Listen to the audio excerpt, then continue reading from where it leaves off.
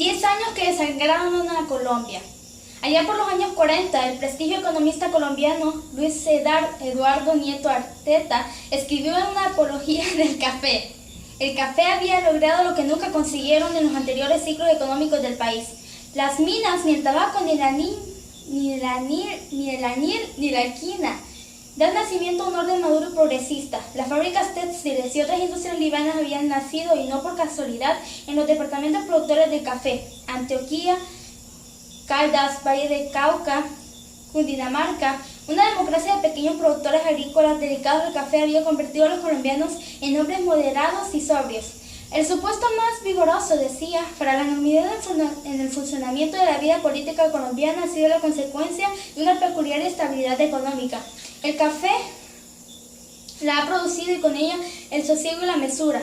Poco tiempo después estalló la violencia. En realidad, los elogios al café no habían interrumpido como parte por arte de magia la larga historia de revueltas y represiones sanguinarias en Colombia.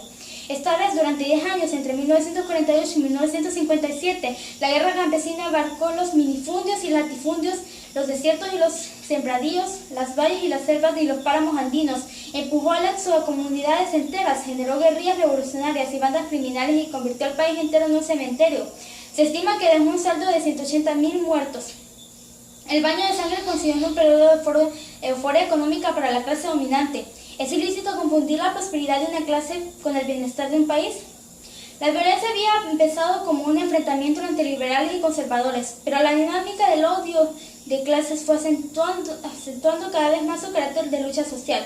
Jorge Eliezer Gaitán, el caudillo liberal, quien no obligaría que la oligarquía de su propio partido, entre despectiva y temerosa, llamaba el lobo o el padulaque, había ganado un formidable prestigio popular y amenazaba el orden establecido.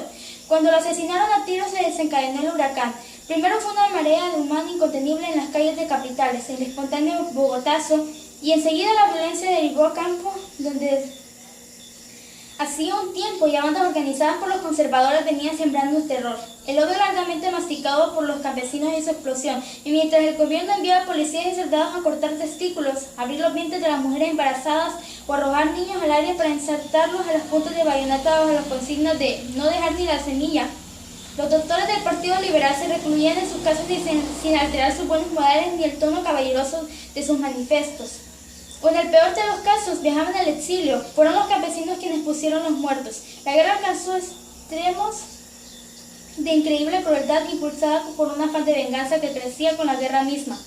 Surgieron nuevos estilos de la muerte. En la corte de corbata, la lengua quedaba colgando desde el pescuezo.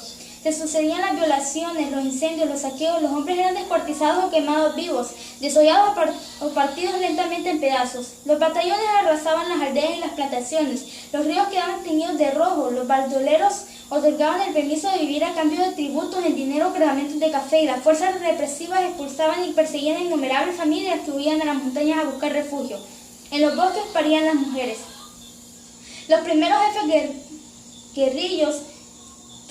guerrilleros, animados por la necesidad de revancha pero sin horizontes políticos claros, se lanzaban a la destrucción por la destrucción, el desahogo de sangre y fuego sin otros objetivos. Los nombres de los protagonistas de la violencia: Teniente Gorila, Malasombra, el Cóndor, Pirroja, el Vampiro, Ave Negra, el Terror de Llano, no surgieron en una epopeya de la revolución, pero el acento de la rebelión social se imprimía hasta en coplas que cantaban las bandas.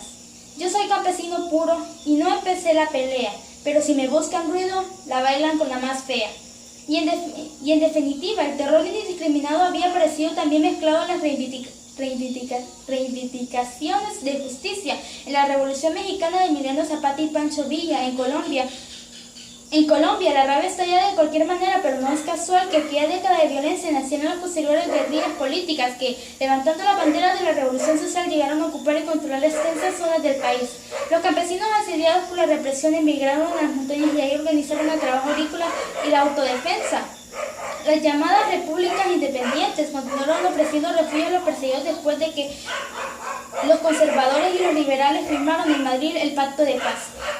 Los dirigentes de ambos partidos, en un clima de brindis y palomas, resolvieron turnarse sucesivamente en el poder en aras de la concordia nacional, y entonces comenzaron ya de común acuerdo la faena de limpieza contra los focos de perturbación del sistema. En una sola de las operaciones para abrir las rebeldes de Marquetalia se dispararon 1,5 millones de proyectiles, se arrojaron 20.000 bombas y se movilizaron por tierra y por aire 16.000 soldados.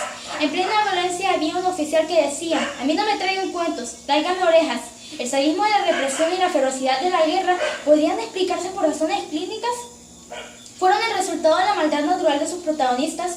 Un hombre que cortó las manos de un sacerdote prendió fuego a su cuerpo y a su casa y luego lo despedazó y lo arrojó en un cañón. Gritaba cuando ya la guerra había terminado: yo no soy culpable, yo no soy culpable, déjenme solo.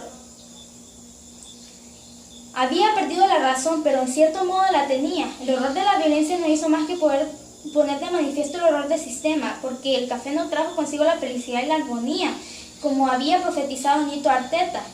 Es verdad que gracias al café se activó la navegación de Magdalena y nacieron líneas de ferrocarril y carreteras y se acumularon capitales que dieron origen a ciertas industrias, pero el orden oligárquico interno y la dependencia económica ante los centros extranjeros de poder no resultaron vulnerados por el proceso ascendente del café, sino que por el contrario se hicieron infinitamente más agobiantes para los colombianos. Cuando la década de la violencia llegaba a su fin, las Naciones Unidas publicaron los resultados de su encuesta sobre la nutrición en Colombia. Desde entonces, la situación no ha mejorado en absoluto. Un 88% de los escolares de Bogotá padecía avitaminosis, un 78% sufría riboflavinosis y más de la mitad tenía un peso por debajo de lo normal. Entre los obreros, los avitaminosis castigaba el 71% entre los campesinos del Valle de Tenza, al 78%.